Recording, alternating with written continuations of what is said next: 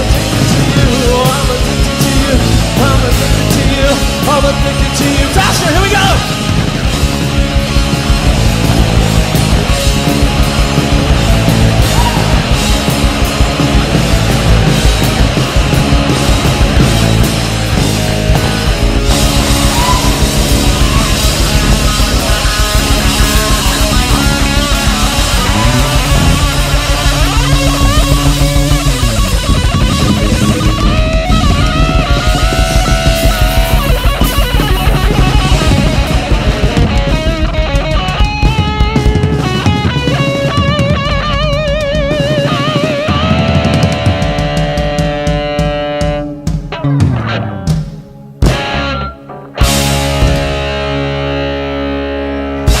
Come on, I'm addicted to Jesus.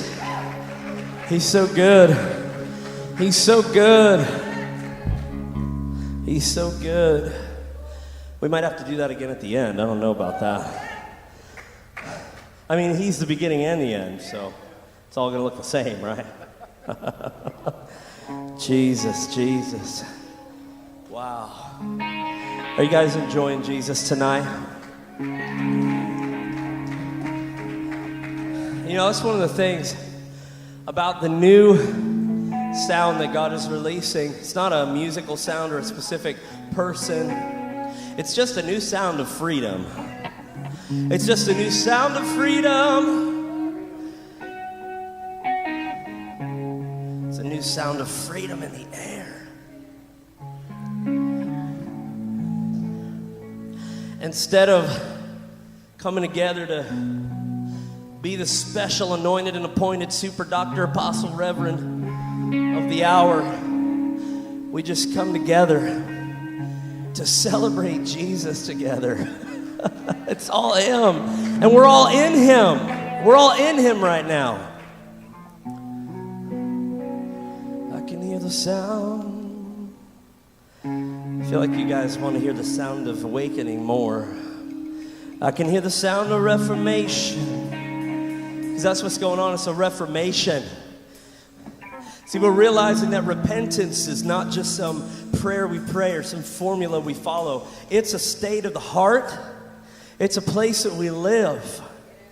Being drunk on the Holy Spirit and being passionate about Jesus is not just some thing that we attain because of a good conference.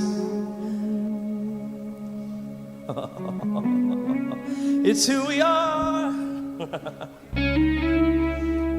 I can hear the sound of reformation.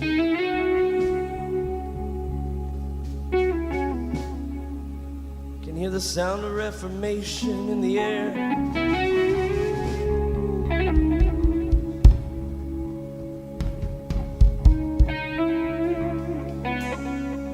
See, everybody says, well, what about the next revival? Can I be honest with you? I'm kind of tired of hearing that question.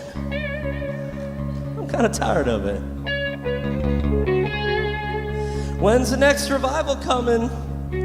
Super Apostle Dr. Reverend Rob? You know what? Have you looked in the mirror lately? I said, have you looked in the mirror lately?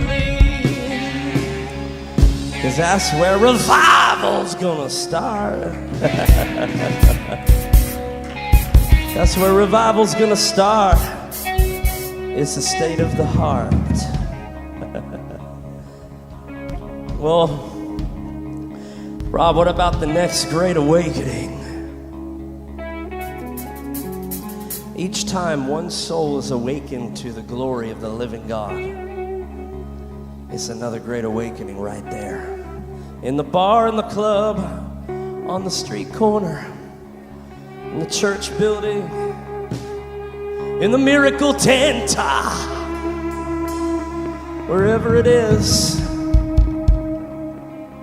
He will say, well, Rob, what about the next?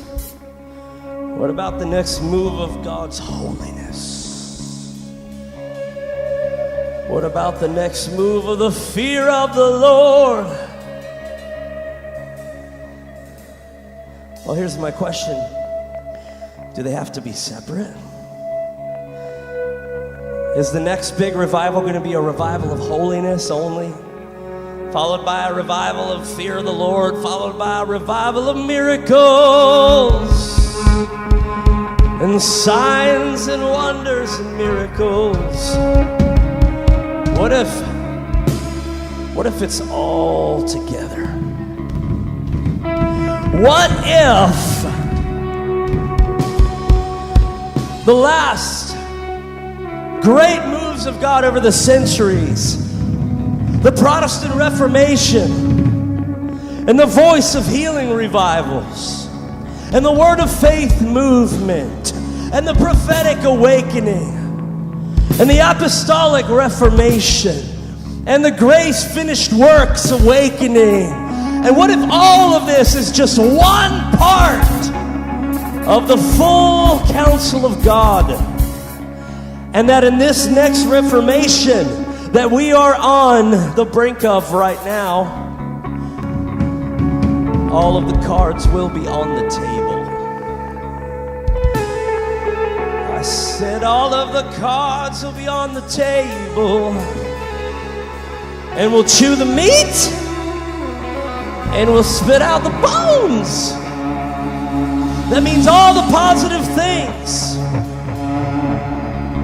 from all those moves of God and all those awakenings and all those revivals and all those reformations, they will be that breath breathing out to that army of dry bones, saying, wake up, get up, get up, get up. We breathe life on you again.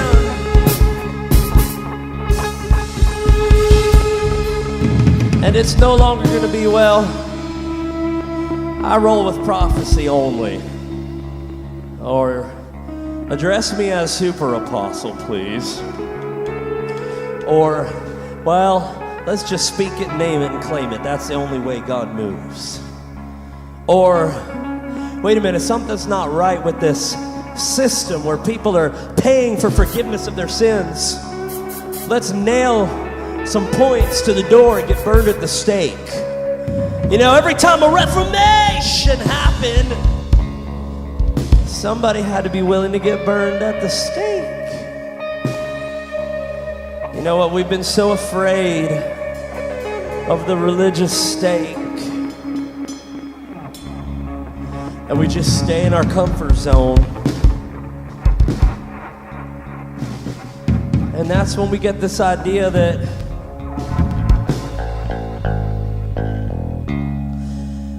God is kind of closed-minded, and or maybe he only works one way. Or maybe he's a mute. Maybe he just doesn't speak today because it's all finished. Or because the gift ceased with the Holy Ghost to the disciples back at Pentecost. Or maybe God's a deaf mute. Maybe he doesn't hear or speak anymore. He's just kind of out there, not really interested in what's happening with the church. Yeah, right. What if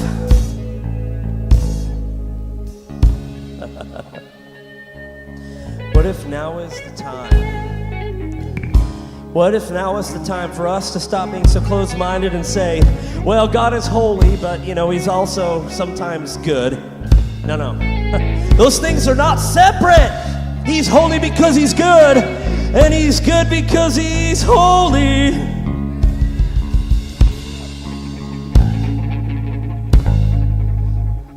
He's not multi-personality. You gotta understand, he's the best feast in the universe, and he's all courses all at once. And he has a sense of humor. Hey!